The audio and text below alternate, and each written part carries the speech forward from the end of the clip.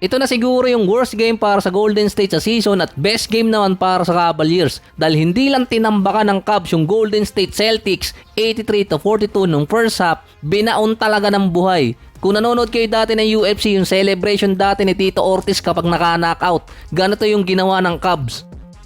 First half pa lang tapos na yung game eh. Kung magkakaroon ng comeback parang aakit ang bundok yung Golden State. Mount Everest nga lang yung bundok na yon. Malayo pa naman yung Thanksgiving pero kinain ang buo ng Cavaliers yung Golden State. Ginawan totoy ng Cavs yung 7-1 Warriors na tumalo sa defending champion nung last game. So nauubos na yung bars ko. Starting unit ng Warriors 16 points sa total ni Wiggins at ni Steph. Yung second unit si Kuminga naka 14 points. Si Buddy Hield sa 14 minutes isang beses lang siyang tumira or nakakuha ng attempts. Nilamo ng depensa ng Cavs yung Golden State. Yung dating player pa ng Warriors ang yumari din sa kanila si Ty Jerome. 13 points, 5 out of 5 sa field, 3 out of 3 sa 3-point area off the bench. Mabilis din yung ikot ng bola ng Cavaliers, naka 22 assists agad sa first half. Niyari din sila sa 3-point area. 60% pa ang Cavaliers mula sa field at 3-point area na tinalo pa nila yung ambulansya. Best start pa sa franchise ng Cavaliers ngayon, 10-0, ang pinakamalaking naging lamang din ng franchise sa first half sa kahit anong game. Naibaba pa ng Golden State yung lamang sa 29 points nung third quarter mula sa 41 to 29 run. So meron kasi minsang glitch dun sa website. Ito rin yung pinagbabawal na technique. May opportunity kasing tumaya sa second half kung sino yung mas mataas ang score doon. Shinutdown talaga ng Cavaliers si Buddy Hield nung second half at sa buong game.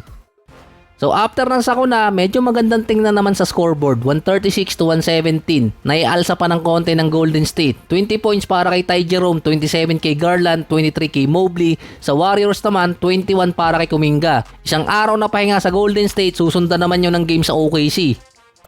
Dikdikan ng game ng Dallas at Suns. Natapos lang din yun sa free throws mula kay Nurkic. Mas masakit tong talo na to kumpara dun sa Golden State at sa Cavaliers. Dun kasi alam mo ng talo, first half pa lang. Sa foul kasi nagkatalo at sa free throws, yung review hindi ko napagpabasihan dito. Yung referee talaga ang nag-decide ng game. So hindi to nakadepende dun sa review base dun sa mismong nangyaring play. Baka sabihin ikaw na mag-referee. Kahit di ka referee, makikita mo to dahil may mata. Pushing foul yung ginawa ni Royce O'Neal dahil nawala sa pwesto si Gafford. Kalimitan tatawagan nyo ng foul kaso nakain ata or nalunok ng referee yung pito.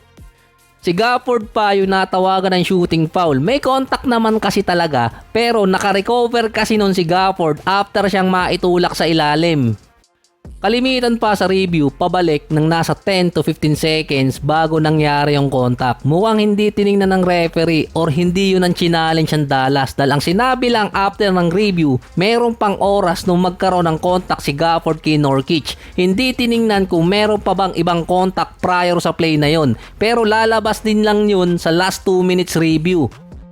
Kalimitan, merong mga binabawin tawag ang mga referee at nililipat nila sa ibang player yung tawag. Wala pa sa 10 seconds kasi yung play na tinulak ni O'Neal itong si Gafford. Hindi rin nagustuhan ng iba mga fans yung nangyari at yung tawag ng referee. Dapat kasi another extra 5 minutes dahil dikdikan din yung laban. Tapos magtataka yung NBA bakit bumababa yung viewership. Ngayon ang Suns 8-1. Binabawi ko rin sinabi ko dati kay KD sa Suns. Playoffs na lang ulit. 26 points, 5 rebounds, 4 assists para dito kay Kevin Durant. Si O'Neal naman 18 points. Si Klay mukhang nag-struggle sa game. Si Kyrie nasa 29 points, si Luka 30 points. Mukhang namimigay na ng tira sa kakampi. 18 points pa doon si Marshall. Maganda din yung nilaro ni Gafford, 15 points at 7 rebounds. Pero yung last call talaga sa last seconds ang nag-cost ng game sa kanila.